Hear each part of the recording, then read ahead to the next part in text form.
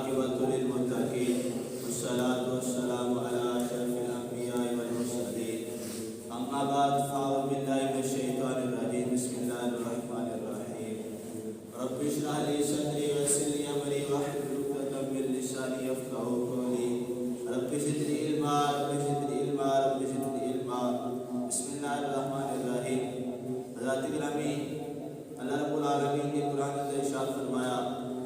فمن حاجك فيه من بعد ما جاءك من العلم پھر جو شخص جھگڑا کرے آپ سے اس بارے میں اس کے بعد کیا گیا آپ کے پاس یقینی علم فقل تعالوا ندعو ابناءنا وابناءكم ونساءنا ونساءكم وانفسنا وانفسكم تو اللہ رب العالمین نے فرمایا محبوب آپ انہوں نے فرما دیجیے کہ ہم بلائیں اپنے بیٹوں کو اور تم اپنے بیٹوں کو بلاؤ، ہم اپنی عورتوں کو بلاتے ہیں تم اپنی عورتوں کو بلاؤ، وانفسنا اپنی جانوں کو بلاتے ہیں یعنی کہ ہم اپنے آپ کو حاضر کرتے ہیں وانفسکم اور تسی اپنے آپ کو حاضر کرو ثم نبتہل فنجعل لعنۃ اللہ علی الکاذبین اور پھر عاجزی کے ساتھ اللہ رب العالمین کی بارگاہ میں جھوٹوں پر لعنت بھیجتے ہیں،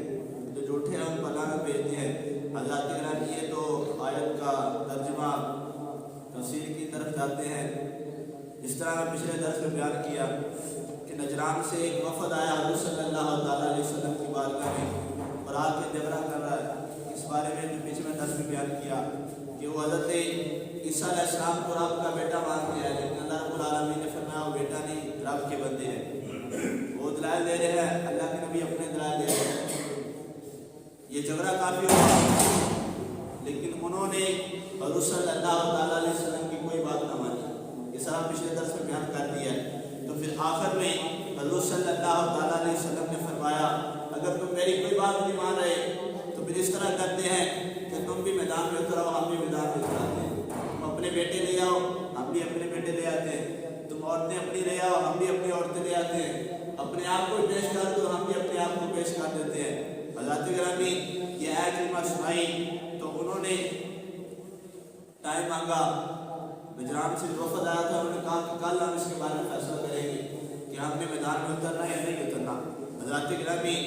حضرت امام مسلم اور امام ترمذی حضرت سعد بن ابی وقاص سے روایت بیان کرتے ہیں جب یہ آیت کریمہ نازل ہوئی تو حضور صلی اللہ تعالیٰ علیہ وسلم نے حضرت علی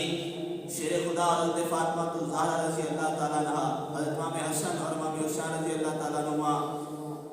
دونوں لے کے رب کی بارگاہ عرض کی تھی اے اللہ رب العالمین اے میری اہل بیت اے میری اہل بیت۔ حضرات گرامی امام بغوی نے جدو لکھا ہے کہ جو حضور صلی اللہ تعالیٰ علیہ وسلم کے سامنے نجران کے وفد کے سامنے تلاوت کی تھی مبالغہ کی دعوت دیتی تو انہوں نے ٹائم منگیا کہ اسی کل کریں گے اس سے بس اور اگر اسی میدان پہ اترنا یا نہیں اترنا بیان کرتے نہیں کہ وہ جدو گھر واپس گئے گھر جا کے انہوں نے سب کو بڑا جرا سی بیان کرتے نہیں کہ حاکم سی ان طرح مشورہ کیتا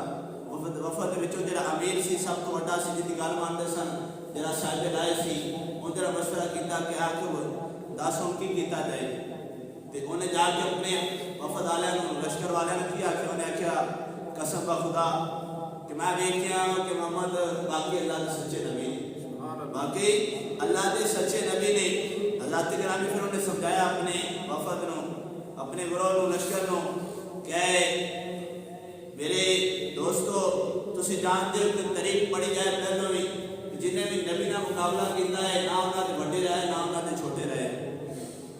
تو میں دیکھ کے قسم خدا محمد اللہ کے سچے نبی نے اگے اسی اتنا مقابلہ کیتا ہے نہ کوئی ساڈا بڑا رہنا نہ چھوٹا رہنا ساری نسل آگ ہو جانی ختم ہو جانی تو میں تے مشورہ یہ دینا وا کہ تسی سارے مسلمان ہو جاؤ اور اگر تسی مسلمان نہیں ہونا چاہتے اپنے دین تے قائم رہنا چاہتے ہو تو پھر جا کے میدان کے اندر اتنا مبالغہ نہ کریا جائے بلکہ معافی مانگ لیا جائے صلح کر لیا جائے اور جڑا انہوں نے آخیا انہیں عمل کیوں کریا جائے تو انہوں نے کہا ٹھیک ہے۔ پھر بیان کرتے ہیں جدو میدان کے اندر اگلے دن آئے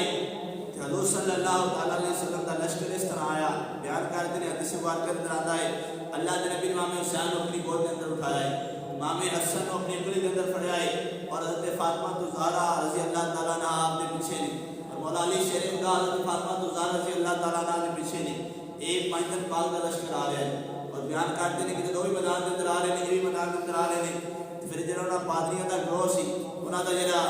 نجران کا وفد سی، انہوں کے وچ ایک پادری جن بارے اللہ تعالیٰ اشکف،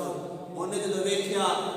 حضور صلی اللہ تعالیٰ علیہ وسلم نے گروہ نو جڑا آ رہا ہے 5 دن بعد نو ویکھیا تے ویکھ کے پکار اٹھیا اپنے لشکر نو کی کہہ رہا ہے کہ میرے لشکر والو، اے میرے ہم اللہ، میں انہوں کا وڈا پادری سی کہتا ہے کہ میں ایسے لشکر نو ویکھ رہا جڑا ساڈے بندے مقابلے سامنے ہے،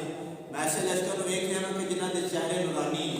انہاں دے تے رب دی رحمتاں برسیاں ہیں، اور انہاں دی شان ہے کہ وہ رب دی بارگاہ چ دعا کرن کہ اللہ اے پہاڑ کو اٹھا کے دوسری جگہ رکھ دے، کہ اللہ نے انہاں دی دعا نو رد نہیں کرنا بلکہ پہاڑ کو اٹھا کے ایک جگہ تو دوسری جگہ منتقل کر دینا۔ اے اس گروہ دی شان ہے، تو کہنے لگا کہ انہاں مقابلہ نہ کریا جے، مبارہ نہ کریا جے، بلکہ انہاں صلح کر لو، معافی مانگ لو۔ بیان کرتے ہیں کہ جدوں پھر میدان دے اندر اترے کہ اللہ کے نبی نے فرمایا تسی تیار ہو سارے، جڑا کل فیصلہ ہویا سی تے سارے انہاں دا وڈا سی کہنے لگے کہ نہیں اسی نہیں تیار، بلکہ اسی جنگ میں مبالغہ نہیں کرنا چاہتے۔ اللہ کے نبی نے فرمایا کہ مسلمان ہو جاؤ، اور جڑے مسلمانوں کے فرض تہاڈے فرض ہون گے، جڑے مسلمانوں کے حقوق کے تہاڈے حقوق ہون گے، اور جب مسلمان فرض ادا کریں گے تسی ادا کرنا سارے کچھ ہون گے۔ کہنے لگے نہیں اسی مسلمان بھی نہیں ہو سکتے، سانوں اپنے دین تے رہ دو اور ساڈے دربار جڑا فیصلہ کرنا ہے وہ کرو۔ حضور صلی اللہ تعالیٰ علیہ وسلم نے فرمایا کہ پھر تسی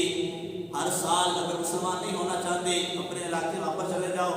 تو ہر سال تسی فدیہ دو گے، جڑا کافراں دے تے مسلماناں دے ملک چ رہن تے فدیہ ادا کرتے ہیں۔ بیان کرتے ہیں کہ اللہ کے نبی نے 2000 بلے انہاں واسطے مقرر کیتے، 1000 رجب چ تسی ادا